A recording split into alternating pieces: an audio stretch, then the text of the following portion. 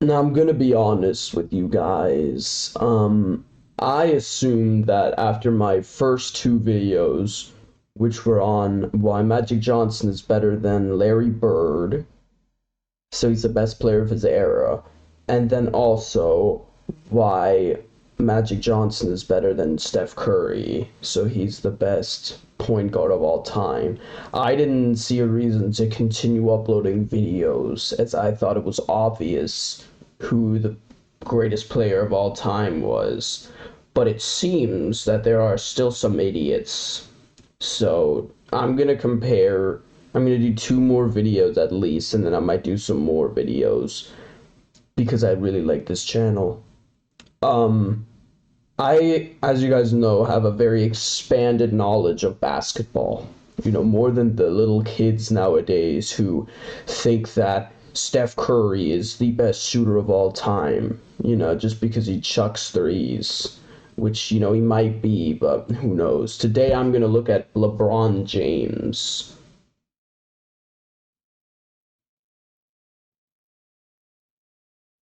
Now, LeBron James was drafted in 2003 to the Cleveland Cavaliers. You know, he's played a lot of seasons of basketball in his career. He has a very high net worth.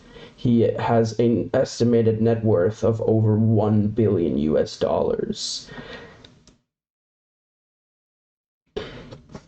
Let's start off with their finals records, which we see the finals record of LeBron James here. It's 4-6, right? Whereas Magic Johnson has a finals record of 5-4. Okay?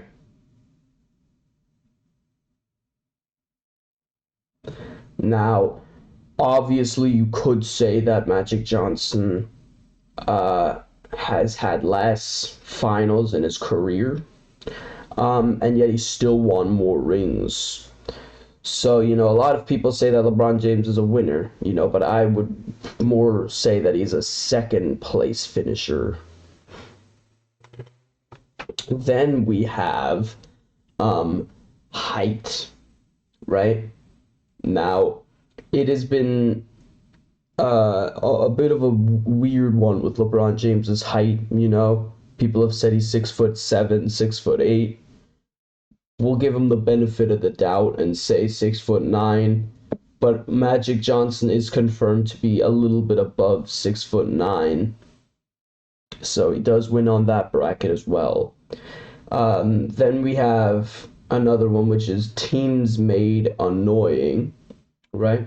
Now this is like teams that were, you know, maybe, I don't know, like, you know, and now they're like really annoying. So we've got he made the Heat annoying because now they talk about how they won rings. We have the Cavs who think they had the best finals run ever, which I will be talking about in a different video.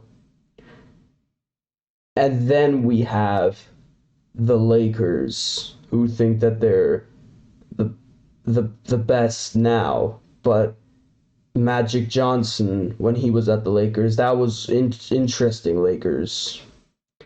I am still a Lakers fan, but LeBron James has made me dislike them a little bit. Points per game, 24.7 for LeBron, Magic Johnson on 19.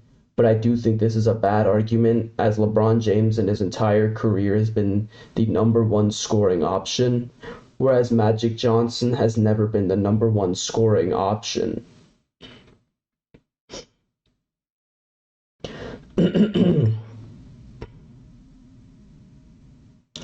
We then move to assists per game, and it is a common misconception that LeBron James is the best passer of all time or something by a lot of these little idiot kids who run around with TikToks.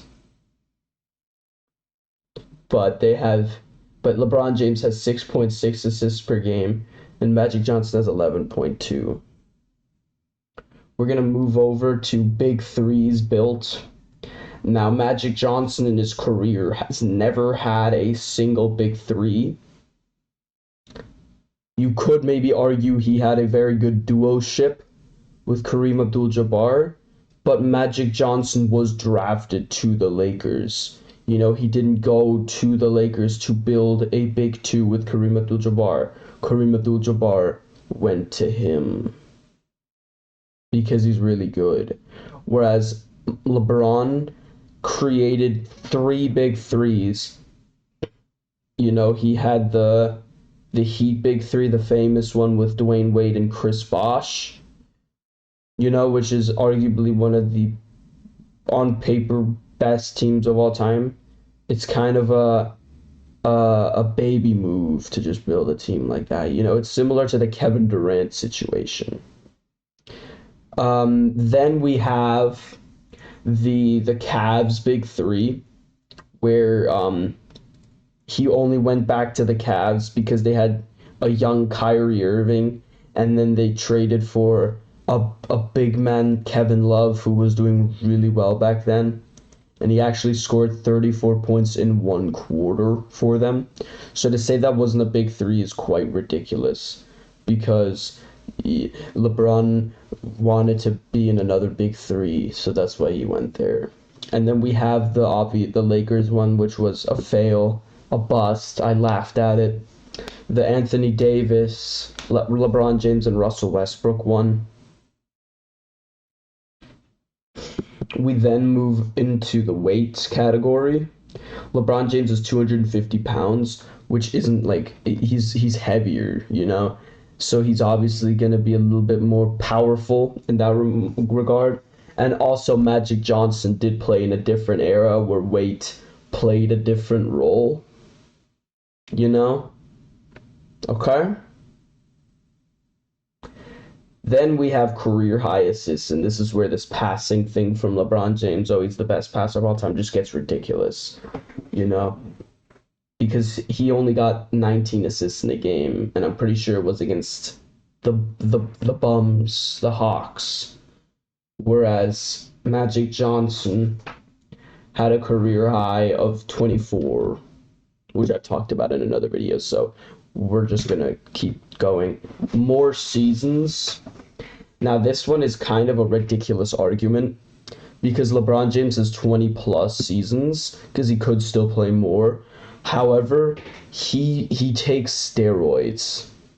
You know, like, give me steroids, and like I could play 20 plus seasons in the NBA.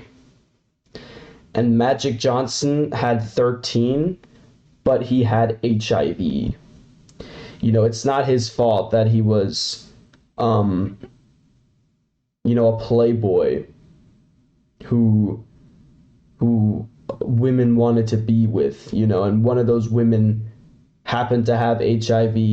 It's not his fault, you know, okay? And then finally, we have fan base. I mean, LeBron James has spoken about it, the bums like LeBron James. Oh, look at him, he's dunking and shit. Sorry for my language, I try not to swear anymore, but Magic Johnson fan base, we understand basketball. We're intellectuals, we've studied the game, and yeah, I mean, I've been following the sport since 1964. You know, people have been saying that, people have been saying that I don't understand the sport, but like, I have been following the sport for longer than you have been alive. So I hope that clears up the LeBron James and Magic Johnson debate, which shouldn't have even been one. Up next, you can expect a video on Michael Jordan.